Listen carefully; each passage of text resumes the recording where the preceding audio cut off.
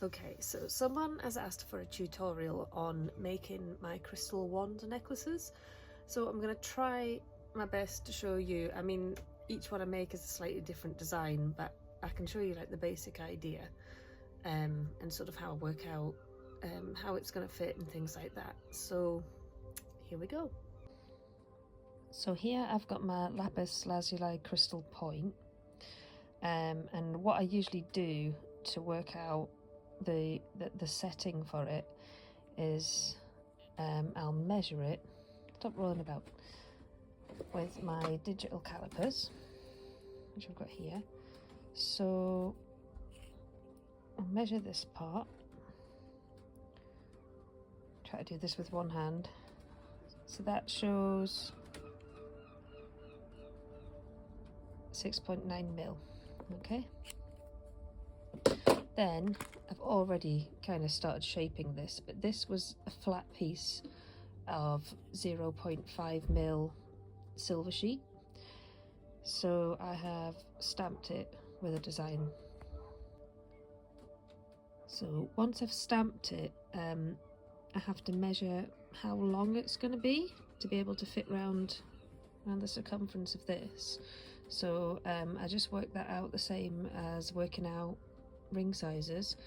So you get the thickness of the sheet, 0.5, and you add that to the diameter of this, which I just measured. I think it was like 6.9, so whatever it is, you add those two together and then you times it by 3.14, and that'll give you how long this piece needs to be.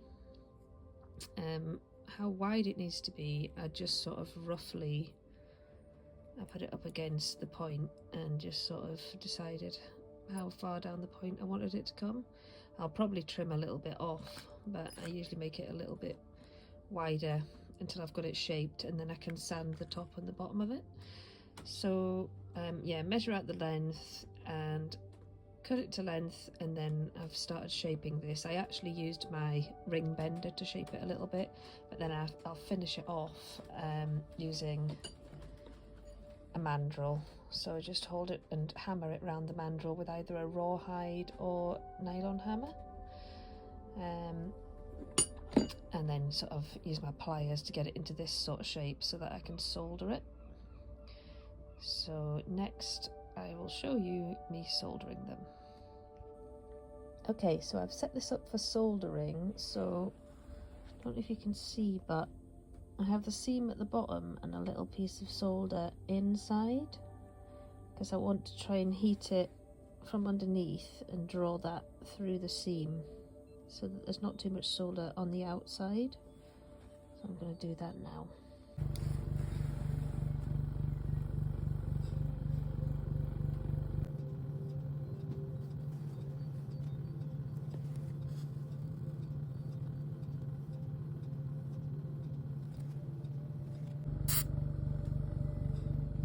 Once it's soldered and out the pickle, then I just put it back on this little mandrel and give it a hammer with my nylon hammer just to get it round again. So once it's round again, then you can just check the fit to make sure that it's fitting quite closely around the stone, and then you can have a think about how far down you want it on the stone. So with these,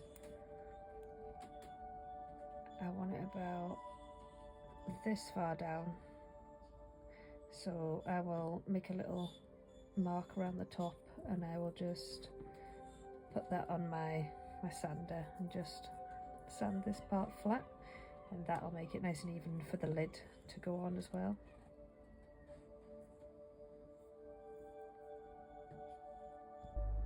So I can just use these to make a little line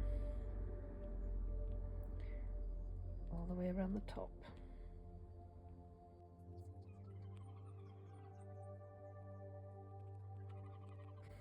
That will be my little guide when sanding it.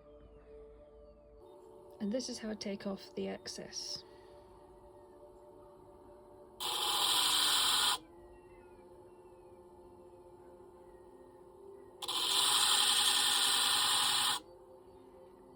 Right, so I've got the excess taken off, and now I'm gonna solder a little lid on it. So I'm gonna heat it from underneath. I've just roughly cut out a circle of silver there for the lid. So here we go.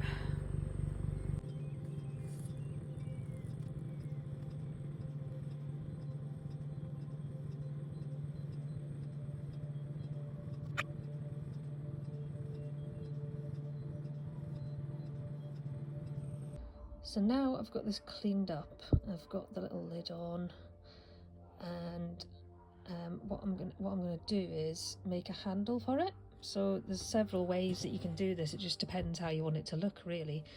But I have bent some wire around a mandrel, and then I have cut it so it's going to fit just under the rim on here, and I'll solder it on. So yeah, that's the next stage. And then after that, what I usually do is let me get one of the stones out.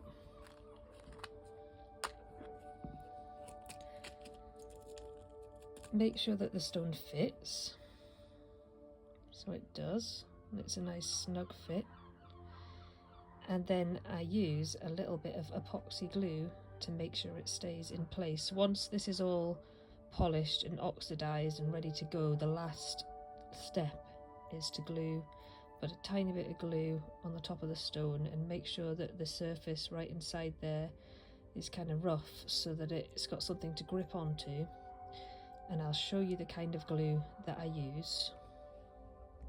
So this is the glue. You can buy it online, Devcon 5-minute epoxy, and you basically squeeze it out, get the same amount out of each one, give it a really good mix, and then just put a tiny dab on the top of the stone, and that is your crystal point pendant made.